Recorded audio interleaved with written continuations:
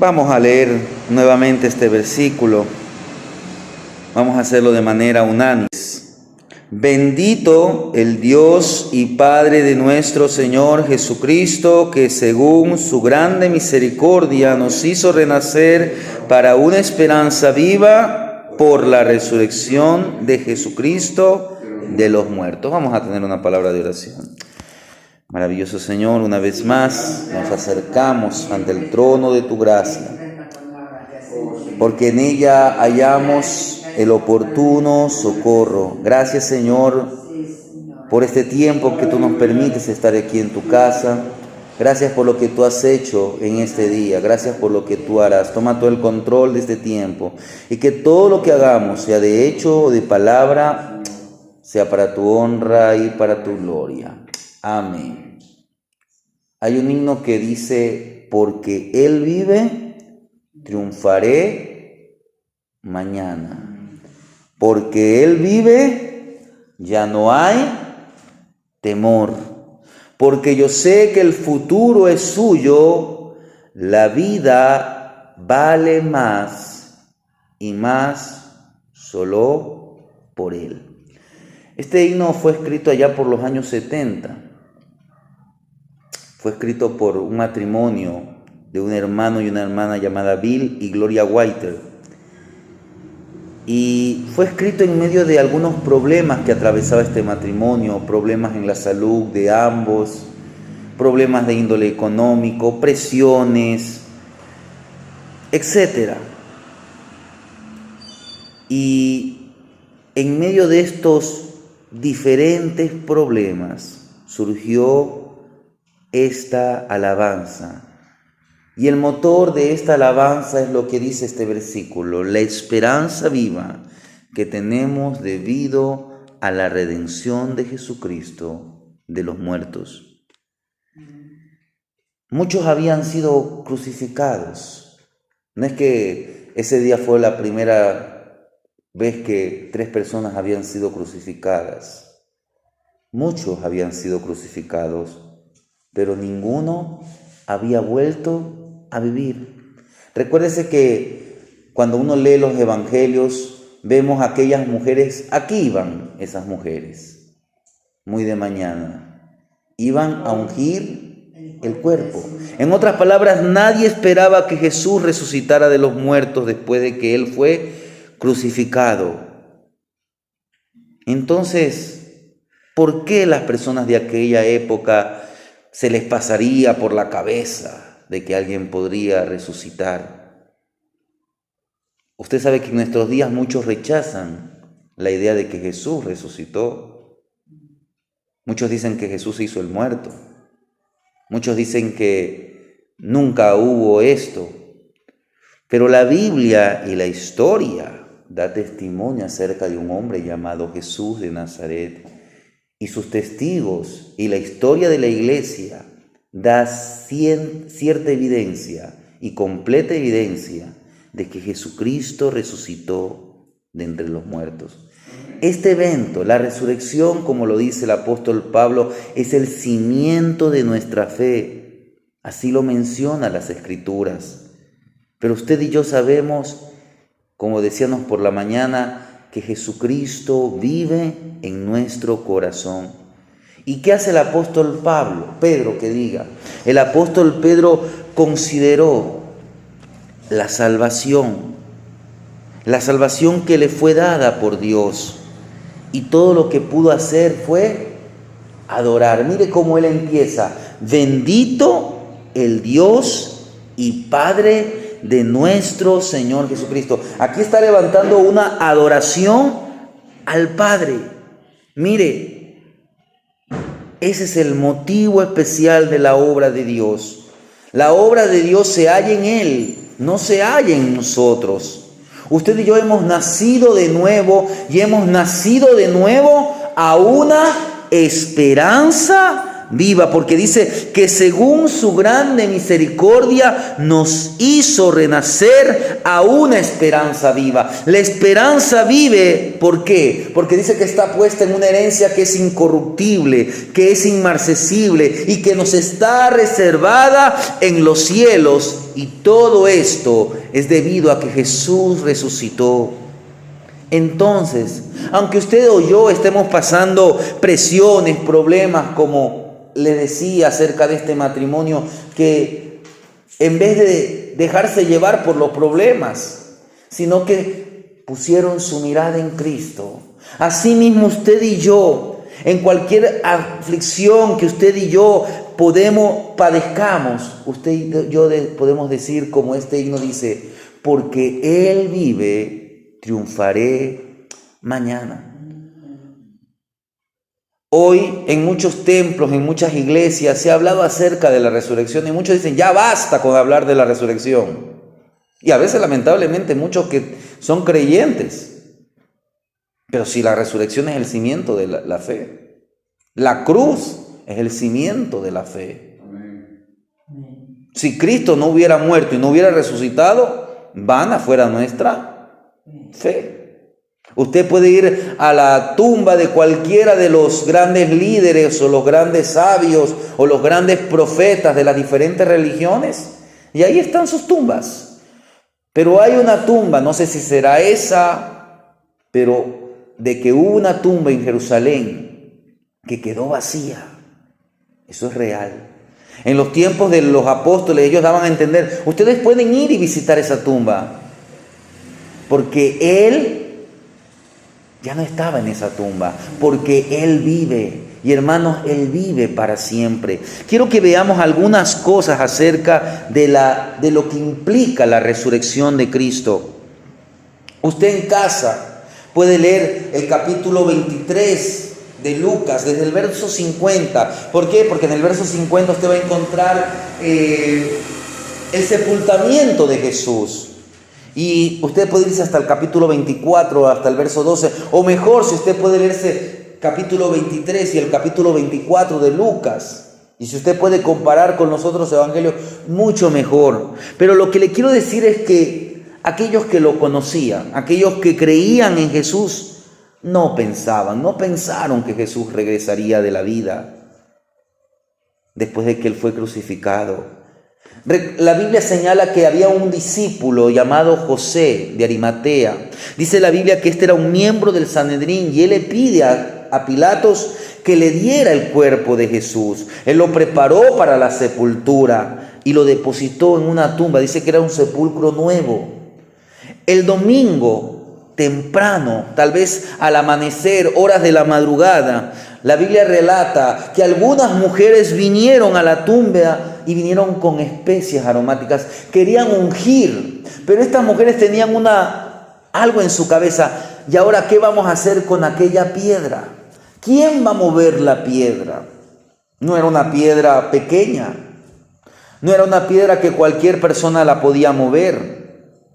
A veces para mover estas piedras tenían que ser algunos hombres, y mayormente eran los soldados romanos, que eran hombres de buena altura, de buen físico, y no era uno, ni dos, ni tres, ni cuatro, era un buen grupo. Mire, si esas mujeres hubieran tenido la esperanza, la expectativa de que Jesús resucitaría, no hubieran hecho nada de eso. La Biblia también enseña que ni siquiera aún los discípulos de Jesús, quienes habían escuchado por algunas veces que Él les había dicho que Él tenía que morir, pero que Él no quedaría allí, sino que Él resucitaría al tercer día. Ellos habían escuchado las enseñanzas, habían visto los milagros de Jesús, habían presenciado momentos sorprendentes. Recuérdese que el Señor Jesús había revivido o había resucitado a Lázaro, al hijo de la viuda de Naín, a la hija de Jairo. Todos ellos habían visto esto, pero ellos no esperaban que Él resucitara. Pedro en cierta ocasión, cuando el Señor declaró o anunció que Él iba a morir, hasta se opuso. Recuérdese que el Señor Jesús le llamó la atención: apártate de mí, Satanás. Pero como el Señor dijo, como el Señor anunció, así se cumplió. Él murió y al tercer día resucitó. No fue ni antes, no fue ni después. Al tercer día Él resucitó. Cuando las mujeres vinieron a la tumba, dice que ellas se dieron cuenta de que aquella tumba estaba vacía, de que ahí habían unos ángeles, 2 señalan, que le dijeron que Jesús había resucitado. Y fue en ese momento, mire, a veces a ustedes también le pasa, a mí también me pasa, que cuando estamos pasando el problema, ahí como que mediamente nos estamos recordando. O cuando alguien nos dice: pero sí, el Señor ha dicho que vas a pasar problemas, que vamos a pasar problemas. Y a veces decimos: y Señor, ¿por qué estoy pasando problemas? Pero si la Biblia declara: en el mundo tendréis aflicción. Aquellas mujeres estaban sin esperanza. Por eso es que hay esperanza y victoria en la desolación. La resurrección de Cristo señala eso, que hay esperanza y victoria en la desolación. Mire el panorama, era un panorama desolador. Ir a una tumba, no ir a un cementerio, porque dice: bueno, en el cementerio me encuentro con otras personas, me puedo poner a conversar. No, iban a una tumba, la tumba del Señor. Iban para ungir el cuerpo del Señor. Pero es que ellas todavía no entendían. Y a veces usted y yo no estamos entendiendo lo que el Señor nos está diciendo. Cuando los ángeles le dijeron: no está aquí, sino que ha resucitado. Recuerden lo que Él les dijo. Fue allí cuando comenzaron a creer. Dice que ellas salieron, le fueron a contar a los discípulos, pero ni aún todavía los discípulos le creyeron. Eso dice en Lucas capítulo 24, los versos 11 y 12. La Biblia también señala en otro evangelio que 2 discípulos, entendemos que fue Pedro y Juan, fueron y corrieron a la tumba. Y hasta entraron en la tumba. Vieron que solamente estaban los lienzos, aquellos trapos con que lo habían envuelto a Jesús. Y ahí se dieron cuenta una cosa: que el cuerpo no estaba, que Jesús no estaba muerto. Pero, ¿qué significa hoy la resurrección para usted? ¿Qué significa para nosotros como iglesia? Significa muchas cosas, pero en primer lugar significa triunfo, porque Cristo triunfó sobre el pecado y sobre la muerte. Para que usted, para que yo, que confiamos en Él, como veíamos por la mañana, que para todo aquel que en Él cree no se pierda, sino que tenga vida eterna. Entonces, mire lo que dice el apóstol Pablo allá en Primera de Tesalonicenses capítulo 4, los versos 13 al 14. Primera de Tesalonicenses capítulo 4, verso 13 al 14.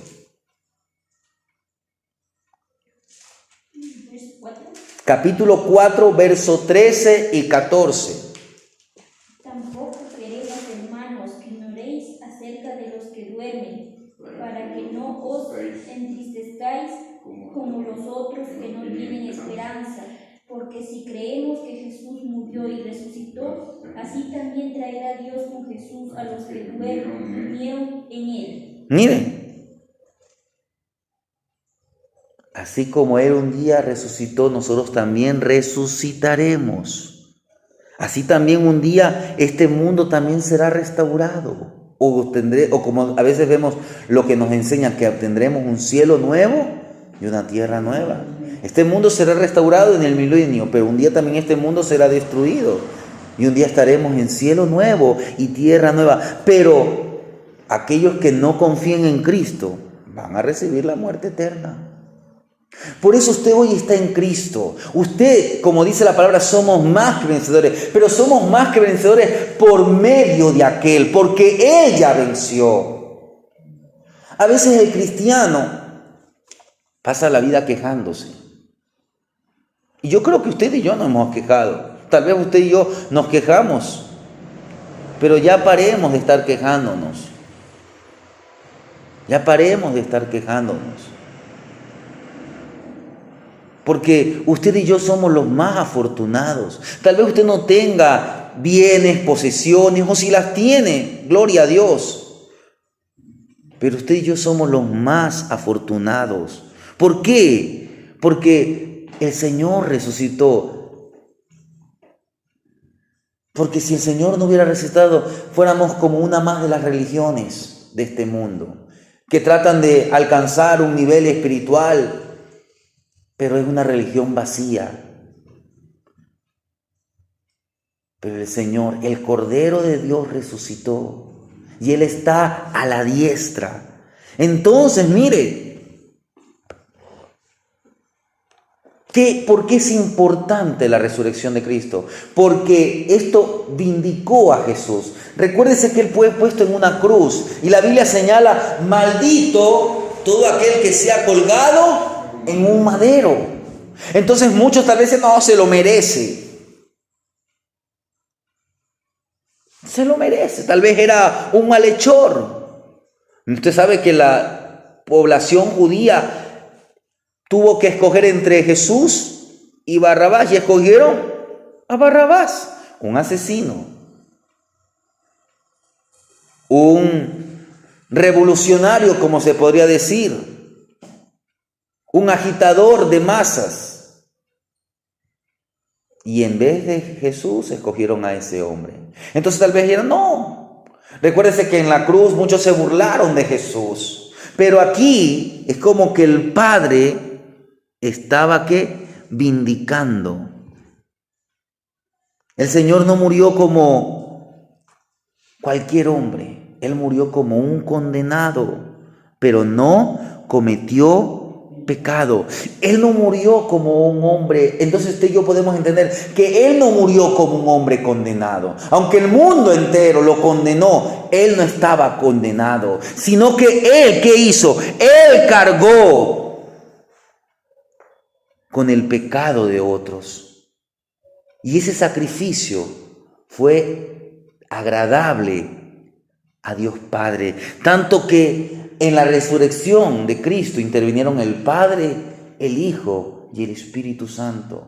Fue la obra de Dios. El poder de la resurrección es el poder de Dios. Es el mismo poder que a nosotros nos ha resucitado. Nos sacó de la muerte espiritual a una nueva vida en Cristo. Entonces esta es la evidencia de que el Señor Jesús fue victorioso. Recuérdese que el día viernes veíamos que en la cruz Él dijo, consumado es. Entonces, ¿qué está diciendo la resurrección de Cristo? Que Dios estuvo de acuerdo.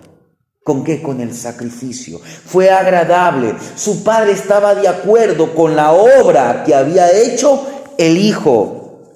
La obra de redención había sido consumada. El Padre vindicó a Jesús mediante su resurrección. Entonces, porque Él vive, usted y yo no tenemos por qué vivir de una manera solitaria en este mundo.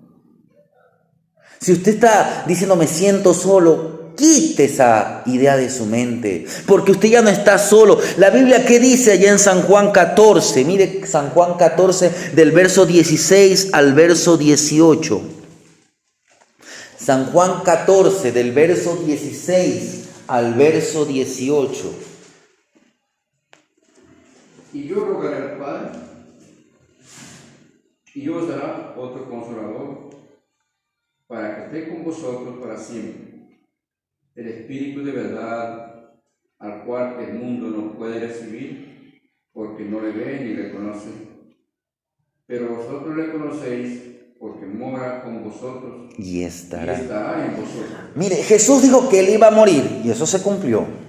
Pero también dijo que Él iba a resucitar, y eso se cumplió. Entonces, mire, nadie puede decir que va a morir y va a resucitar. Es decir, que la palabra de Dios es fiel. Entonces, basándonos en que la palabra de Jesucristo es fiel, lo que ha prometido allí se va a cumplir, se está cumpliendo. Él dijo, miren, no os dejaré huérfanos. También dijo, mire, yo estaré con vosotros todos los días. Entonces usted y yo tenemos que confianza absoluta de que Jesús está vivo y nos acompaña como Él lo ha prometido. Pero también es que Él no nos ha dejado huérfanos, porque envió al Espíritu Santo para que more en nosotros. Usted y yo no estamos solos, pues Jesús vive en cada creyente. Y esto lo podríamos decir, es a través de su palabra, es a través de su Espíritu, sí. El Espíritu Santo mora en nosotros, pero además de eso, el Espíritu de Jesús está junto con nosotros. Amén. No lo vemos, pero Él está. Y un día estaremos con Él cara a cara, de una manera tan increíble, tan sobrenatural, pero tan natural a la vez. Mire, usted y yo no tenemos que preocuparnos por la provisión, porque Dios es nuestra provisión. Eso también veíamos algo por la mañana. Veíamos que el sacrificio de Cristo se asemeja al día cuando el Señor le dice a Abraham, sacrifícame a tu hijo. Y entonces Abraham fue a sacrificar. Y usted conoce la historia, que allí, en aquel lugar, se levantó un altar llamado Jehová proveerá. Porque allí se levantó, ahí Dios proveyó el sacrificio. No fue el hijo de Abraham, no fue Isaac. Dice que ahí estaba atravesado, dice que estaba un carnero. Pero ¿qué más? Mire, ¿qué dice allá en Primera de Juan capítulo 5, verso 14 y verso 15?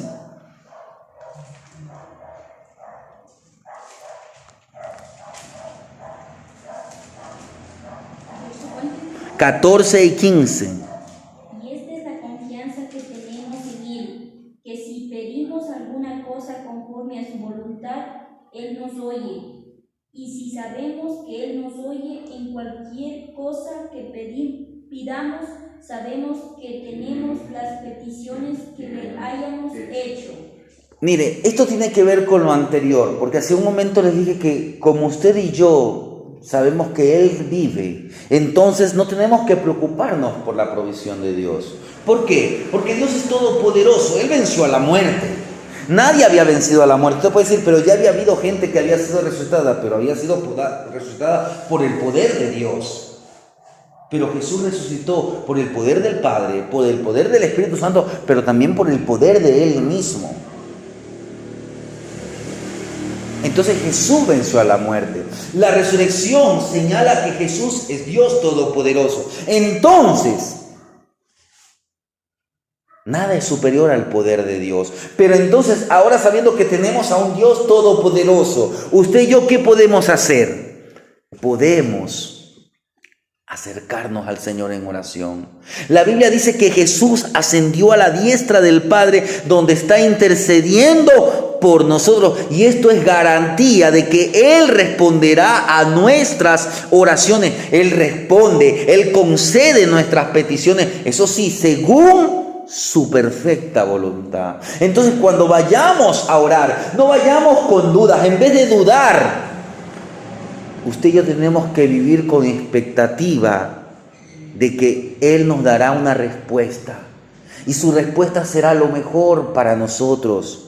Mire, usted y yo, ahora en Cristo, ¿qué somos? Dice, no vamos a ir porque este es un pasaje muy conocido, que está allá en el Sermón del Monte, el capítulo 5, el verso 13 y el verso 14, si no estoy mal, o hasta el verso 15.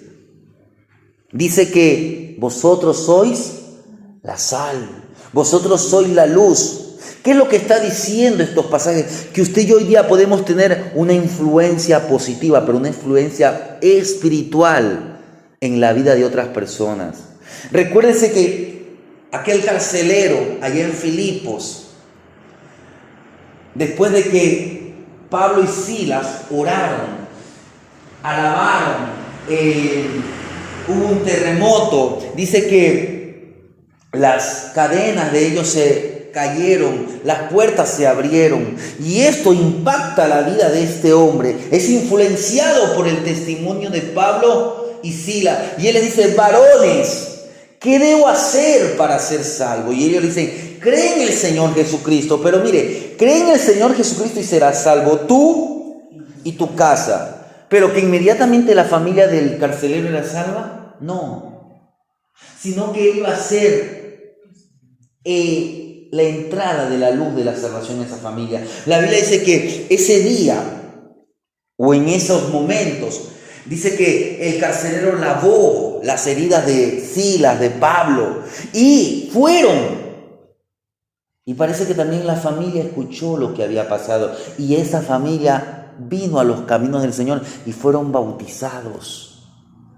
Asimismo, Dios quiere que usted y yo seamos luz, sal, cartas abiertas. Tal vez gente se le pueda reír. Tal vez aquí en nuestra cultura le van a entender o van a creer en lo de la resurrección, pero no van a aceptar otras cosas. Pero usted y yo tenemos que ir no en nuestra autoridad, no en nuestro poder, sino en el poder de Dios. Porque es por medio del poder del Espíritu Santo que usted y yo podemos ser una luz en medio de este mundo oscuro en el que estamos viviendo. Pero además de eso, recuérdese que el Espíritu Santo mora en nosotros. Entonces usted y yo podemos experimentar al Espíritu Santo. Recuérdese que la vida de Jesús aquí en la tierra fue una vida llena del Espíritu Santo. Y aunque los discípulos vivieron con Jesús 3 años, pero recuérdense que el Señor les dijo antes de ascender, mire, vayan a Jerusalén, regresen a Jerusalén, esperen la promesa del Padre. Ellos fueron, obedecieron. Pero ¿qué pasó cuando ellos fueron bautizados? Cuando el Espíritu Santo los revistió, cuando Él moró de una manera sobrenatural en su vida, ellos fueron capacitados para servirle. Y ese mismo Espíritu que ellos recibieron es el mismo que también mora en cada corazón de cada creyente. Solo que a veces no le damos lugar al Espíritu Santo. Tenemos que aprender a santificar nuestra vida. Tenemos que empezar a darle lugar a que el Espíritu Santo realmente tome el control. Porque así como hizo en los días de la iglesia primitiva, Él lo puede hacer ahora. Solo que a veces no estamos creyendo. Hermanos, usted ha sido sellado. En el día que usted y yo creímos, fuimos sellados. Y esa es la garantía de nuestra eterna salvación. Pero no se quede solamente con el sello. Avance. Anhele tener la experiencia en el bautismo del Espíritu Santo. Anhele y busque que cada día usted viva lleno del Espíritu Santo. Es decir, que el Espíritu Santo controle cada acto de su vida. Usted y yo hoy podemos disfrutar de paz. Podemos tener paz en medio de aquellos momentos difíciles. ¿Qué les dijo allá en 14:27? Mi paz os dejo. Mi paz os doy. La paz que yo les doy, el mundo no les puede dar. Por eso no se turbe vuestro corazón, ni tengan miedo, porque la paz que Cristo nos da es como una ancla que nos sostiene aún en medio de los problemas, aún en medio de las tormentas. El Señor comprende, por eso Él se hizo hombre. Él nos comprende, Él comprende sus debilidades. Él comprende. Aunque Él no experimentó una debilidad en cuanto al pecado, pero experimentó lo que es cansancio, sueño, fatiga, dolor. Él sabe lo que significa la pérdida de alguien que uno ama. Recuérdese que ante la tumba de Lázaro Él lloró. Muchos se hacen la pregunta, ¿y por qué no aparece José mucho en los evangelios ya cuando Jesús es mayor? Muchos analizan que tal vez José ya había fallecido. No lo sabemos, no podemos especular, pero a veces la gente dice, ¿y si José falleció, digamos? Entonces también el Señor experimentó el fallecimiento de su padre de crianza. Pero lo que le quiero decir es que el Señor conoce, y en medio de nuestras debilidades Él estará y está con nosotros. Él está para sostenernos, para ayudarnos a ser aquella persona que Él desea que usted y yo seamos. Amén. Y Él estará aún más allá de la muerte. Aleluya. Él nos ayuda a enfrentar. Gracias a que Él vive, podemos enfrentar la muerte sin temor alguno. Mire lo que nos dice allá en 2 de Corintios 5:8. 2 de Corintios 5:8.